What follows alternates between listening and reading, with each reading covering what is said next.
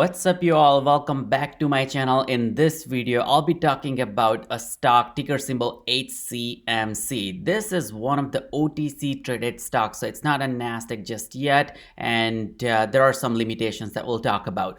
I'll be talking about three specific things in this video. The first one is the pros and cons of investing in HCMC. This is widely talked stock right now. There's a lot of hype, there are huge catalysts, but we'll talk about what are the pros and cons in investing in HCMC. The second thing we'll discuss is the lawsuit and update that is going on, and then there was a court date on Friday last week, so we'll talk about that, and I'll share more updates with you and my thoughts and opinion and what I found online in terms of research and analysis as well. The third thing is we'll review about the short sell volume, the way the stock is trading and what is the short volume in this video. I want to be very balanced in this video about pros and cons, so we will discuss about pros and cons. One of the cons that you can imagine is this stock is on OTC platforms, so it's not really yet on Nasdaq and available on all the trading platforms,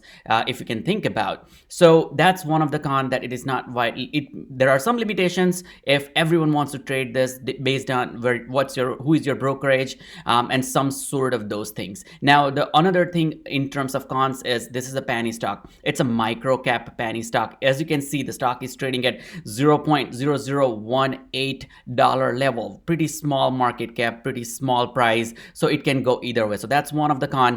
And another con is the lawsuit, and that's also a big pro for this stock. So I'm not a financial advisor, so invest based on your own due diligence and research. I'm here to share my analysis and research, hoping that you can make informed financial decision next week and beyond. Now consider subscribing to my channel because it takes me a while to post this video. So click on the like button. Your subscription and like will help me grow this channel and reach to more and more people. Now without further delay, let's talk about HCMC. So in terms of pros and cons, I talked about some of the cons. Looking at HCMC, one of the lawsuit that the company has filed against Philip Morris is kind of talk of the town at the moment. The company announced, once again, this is in November 2020, they announced the filing of patent infringement lawsuit against Philip Morris USA Incorporation and Philip Morris Product SA in connection with their product known and marketed as IQOS. The lawsuit was filed in the United States District Court of Northern District of Georgia, and this is one of the big catalysts because Philip Morris is a pretty big company. They have their market cap in billions, and they're a pretty established company, and they're using the way the technology within their IQOS system is kind of false within the patented the patent that is filed by HCMC, Healthier Choice Management Corp. Now why this is a big thing, I'll be able to talk to you more, but before that I also want to talk to you about this one of the recent news on February 8th, where HCMC announced the $5 million of preferred stock convertible into common stock, initially at 150% premium to the company's most recent closing price. Now what this means is they sold this private placement of $5 million in Series D preferred stock at the price of, this is pretty important, this is pretty important, at the price of $0.0024, which is 150% premium to the last closing price. Now let's take a look at February 5th price, and we'll be able to look into this further. So February 5th, let me take 1 month or maybe 3 month chart, and February 5th is somewhere right here, and the stock price was 0.0016, and the announcement came at 0.0024, which is a premium price, and this was to institutional investors. So I'm not 100% sure who is the investor, but certain institutional investor. Now think about it, if the institutional investor did not see the value, why would they buy at 0.0024? So that's one of my thoughts.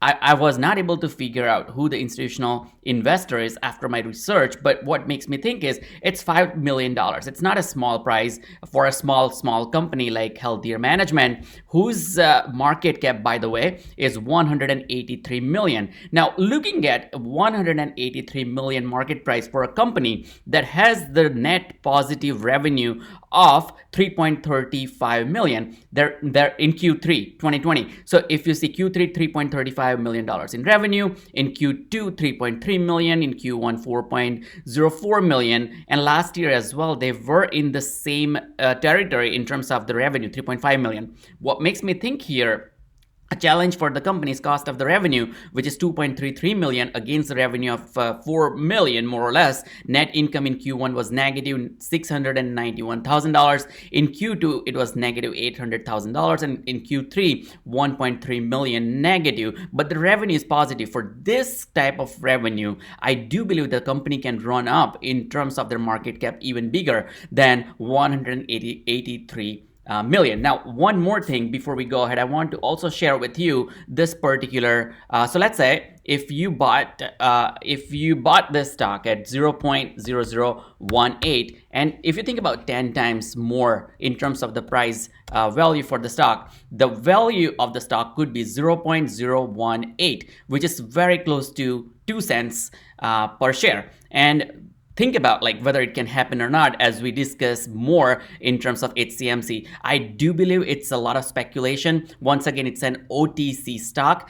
I'm not saying it's going to happen overnight, but down the line, at one point, there is a possibility that the stock can be 1 cent or 2 cents per stock. Who knows? So invest only if you want to willing to lose any of your money. Otherwise, you should not invest. So that's the point. But now here, thinking about, let's say if you have invested about $1,000, let's take an example. So at $1,000, and if you multiply that by 10, you're looking at making $10,000. Now on the flip side, you can lose $1,000, but hey, things work out, then you can make $10,000 because we are looking at 10 times growth in terms of the stock price, right? Now looking at one more thing, how the stock was traded. The stock was trading pretty low, and after this news, in January, the stock started spiking up, went to all the way in February 11th, 0.0049 or 0.005. So it's half of 1 cent. That's where the stock went. And now it is down to 0.0018. And as I mentioned, the institutional buyers bought this at 0.0024. So I do think that that particular buyer believed in the company when they bought the stock at that price. Now, looking at the volume, huge volume, considering this stock is on OTC platform, 3.5 billion, 3.6 billion almost. That's the volume, and it's one of the highest volume on February 26th. It is more than the previous day volume of 3 billion, and it is way beyond in terms of the volume. The highest volume that we noticed before was 1.063 billion right here, and that was the highest volume, and this is now trading almost 3.5 times more on a trading session. Now, why this is pretty important? Now, I wanted to share more about the importance of the lawsuit, where it can go. Once again, pretty speculative, not going to happen overnight. This type of a lawsuit takes months. So if you're not willing to hold the stock for a long time, please do not buy. Otherwise, there could be some speculation. The stock can bump up 5 times more. And 5 times more for this stock is looking at 0.0020 times 5 is 0.001 or no, 0.01, so 1 cent. So it can happen or it may not. But let's take a look what it means in terms of the lawsuit. Now, one thing to consider is this lawsuit example or the announcement came out on November 30th. It's been almost December, January, and February, almost 3 months. Now, in 3 months, if this was not a legit lawsuit, it would have been dismissed.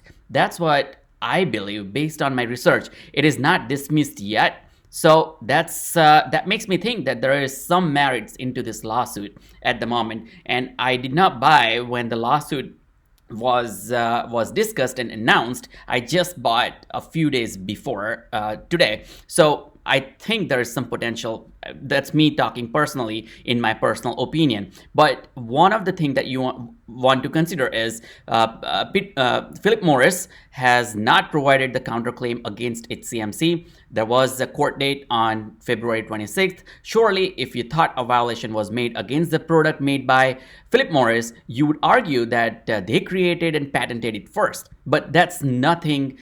There was no mention of that when Philip Morris filed the dismiss to motion the case or something like that. I'm not a lawyer, but if Philip Morris believed that HCMC has completely different and patented product, they did not really mention that. Why wasn't this case was ruled out a few months ago? As I mentioned, it's been already 3 months and the case is still, the lawsuit is still going on. You would be inclined to think that the judge would have said there is no evidence of the infringement on behalf of the Philip Morris. The third thing is, many times the law firms use dismissal tactics, the way the motion was filed, to try and extend the process of buying more time for the defendant, and then they come up with a reasonable conclusion or the next steps or something along those lines. If there was no case and if Philip Morris didn't infringe, why would you hire top lawyers and spend a lot of money? Well, you can hire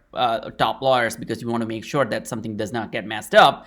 But still, legit point, both the companies are going to spend a lot of money, a lot of time, a lot of energy, and a lot of their strategic value in terms of where this lawsuit can go from here. Now, one more thing you also want to consider, which is once again a positive news for HCMC, is HCMC and MJNE has a partnership. One of the user on the social media site mentioned this. MJNE is another OTC traded company. It is traded on OTC, pretty micro value or micro cap site. Coincidentally, MJNE and HCMC entered into an agreement or partnership a couple of years back, and I verified right here on the SEC site. At the present time, one of our major supplier, this is what MJNE noted. HCMC right here, this company, they entered into an agreement with Healthier Choices, pursuant that we agreed to purchase $2 million worth of this product for the consumption of Q cups, and we fill this patented technology with our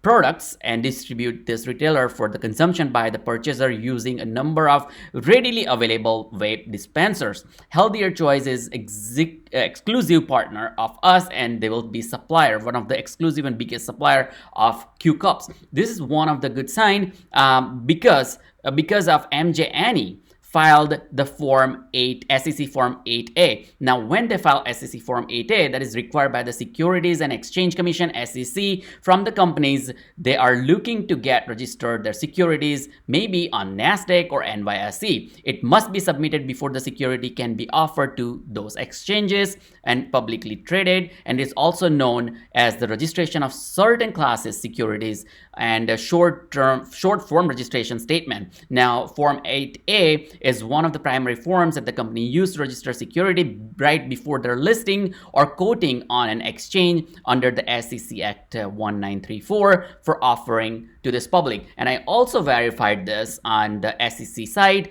right here, and they have filed Form 8A to GMG Holdings, and they have the partnership with HCMC, and they're one of the biggest supplier. And when they file this, SEC Form 8A requires company to register. 8A requires the description of the type of the security offered, detailed issuance and distribution date, and the other terms that they mention on the form. And this form helps investors to find out more about the new securities that are going to be traded on NYSE or NASDAQ or both. We'll see how that works out. But this is going to be a big benefit for HCMC if that happens, because through them, HCMC will have an exposure to trade on NASDAQ or NYSE or any other platform other than OTC. Because as you know, and this is a pretty big thing in my opinion, even though they are traded on OTC, their volume is 3.5 billion. This is a huge volume. I cannot imagine what would have happened if they are trading on NASDAQ. They're micro value or micro cap penny stock, I get it, but still, this is a huge volume, more of a speculative volume. It's a highly risky investment, so use your own due diligence and research. Now, one more thing before we go ahead, I want to tell you about the short volume ratio. Now, this is a bit dated data. If you take a look, the date is January 19th, and the short volume ratio was 124. Once again, this is OTC OTC security. So this data might be dated, or we may not have like the accurate data the way we have for the securities in NASDAQ. But let's take a look on 19th, right? So let's go back to this chart. Let's take a look at the 19th. What happened? Now on 19th, I want to show you right here. So this is 11th. This is 19th. Let me see. Okay. So this is 19th, and the stock went down and down and down. So when the short volume was high, the stock goes down and down and down, and that is precisely what happened. But let's take a look further into this chart that I was able to find. Now, if you take a look at this this bar right here, this is the short volume percentage. The bar that you can see the spike right here, the short volume percentage. This is the long volume that you see in green, and the red is actual short volume, so actual number of stocks, actual number of shares. So as you can see, this spiked up right here, and in general we are seeing a lot more short volume. Now, the short sell volume percentage, not the short interest. So keep in mind, this is not short interest, this is short sell volume of stocks. For ticker symbol HCMC is 36% on February 26th, the last trading day. Pretty high short volume in my opinion. The short sell volume is 6.6 billion. 6.6 billion, which is pretty huge. And this short volume is up for 7.79% compared to February 25th, 2021, so previous day before this. And I'll scroll down, I'll show you what exactly I mean. But before that, let's take a look at these candles. And these candles show the way it was traded when the short volume spiked up right here.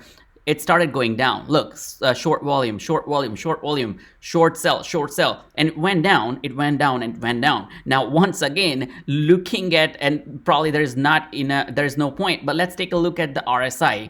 And the RSI may show, once again, this is a highly speculative and huge volume, but the RSI shows pretty balanced. 46, 48 RSI for one day, for 1 minute chart, looks pretty healthy to me. Looking further into the short volume, look at the short volume from 11 this is the total volume, by the way. So let's take a look at the short volume right here. So looking at the short volume of 3.3 billion, it went up 6.6 billion, which is a huge short volume in my opinion, and it spiked up on the OTC platform. So it's almost doubled from February 25th to 26th.